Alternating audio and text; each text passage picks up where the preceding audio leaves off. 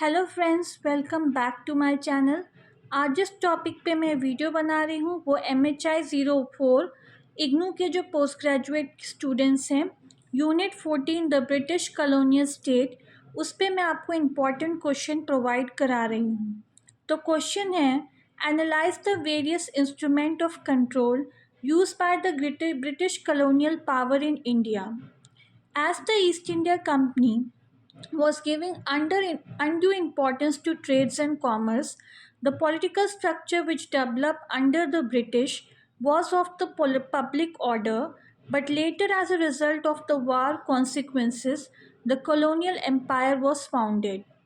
Between 1773 and 1858, the British Empire, the British enforced several acts which could establish the parliamentary over the Indian government.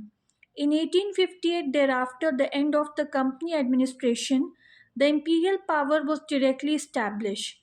The colonial states adopted several means to maintain its political system. It was a predetermined need for the guidance of colonial policy.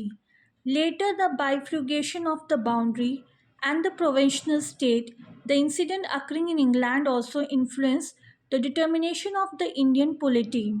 The laissez-faire ideology made possible the gradual development of the parliamentary control, which was also the force behind centralization and political unification. The liberal ideologies were also deeply influenced by the theory of laissez-faire. The liberal ideology also influenced the administrative and executive endeavors of William Bentinck, the Governor General. In such circumstances, the objectives of the British policy was to bring reconciliation between the conventional Indian society and the British capitalist system. The theory of laissez-faire encouraged the industrial capitalism of the in the economic system and democracy in the politics of England. In 1833, the monopoly trade of the company was banned in the social and economic perspective.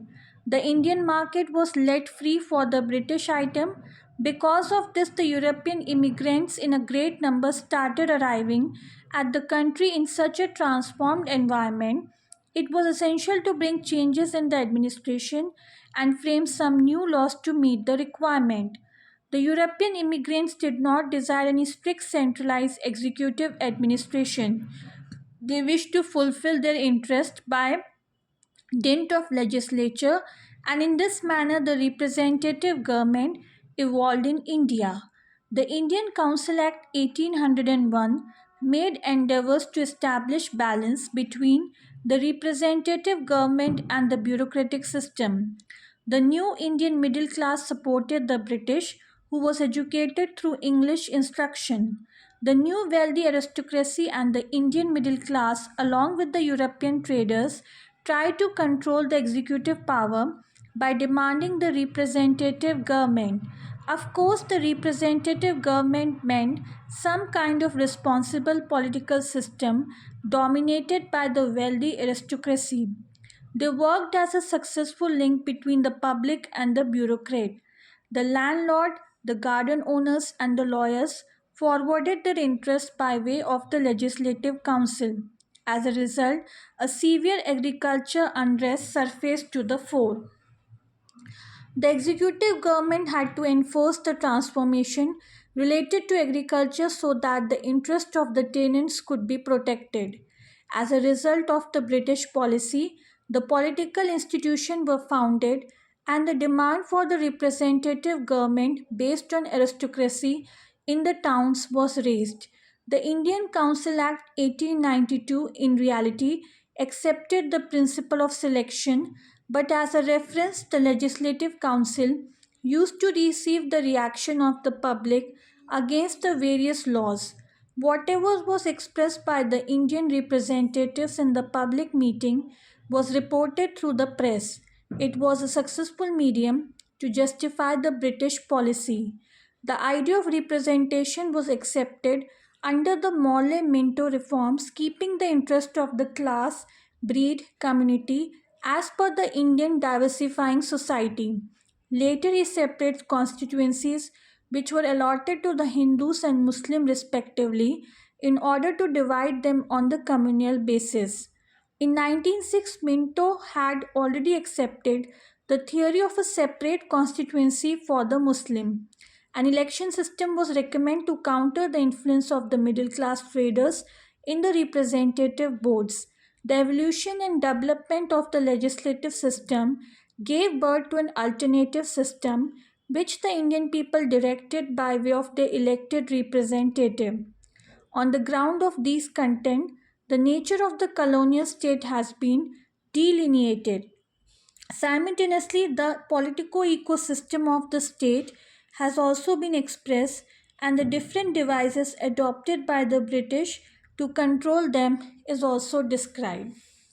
तो students, ये था मेरा आज का video, और अगर आपको मेरा ये वीडियो पसंद आया हो तो प्लीज़ मेरे चैनल को लाइक कीजिए, शेयर कीजिए, सब्सक्राइब कीजिए, बेल आइकन को दबाइए ताकि जब भी मैं कोई लेटेस्ट वीडियो डालूँ उसकी नोटिफिकेशन आप लोगों तक पहुंच जाए।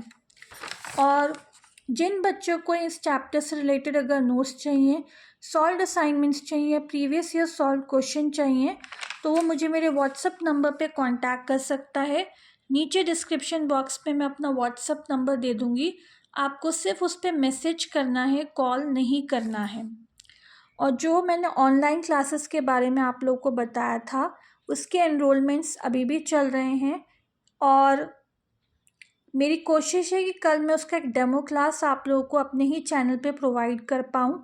कल नहीं कर पाए तो 1-2 दिन में तो मैं ज़रूर डाल दूँ, मेरी कोशिश यही रहेगी।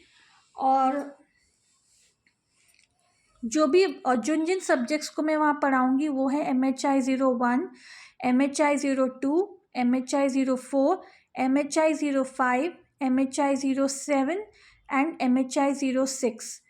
जो पॉलिटिकल साइंस के बच्चे भी अगर हैं ग्रेजुएशन के या पोस्ट ग्रेजुएशन के, अगर उन्हें भी क्लासेस चाहिए ऑनलाइन तो वो भी मुझे मेरे व्हाट्सएप नंबर पे कांटेक्ट कर सकते हैं। और ये जो एडमिशन है, ये सिर्फ ये नहीं कि जिन्होंने जुलाई 2023 में एडमिशन लिया इग्नू में सिर्फ उन्हीं के लिए क्लासेस अवेलेबल हैं। अगर जिन्होंने 2022 में भी एडमिशन लिया है, चाहे जुलाई सेशन में या दिसंबर सेशन में, तो वो बच्चे भी ज्वाइन कर सकते हैं इन क्लासेस को। And the cost is very reasonable.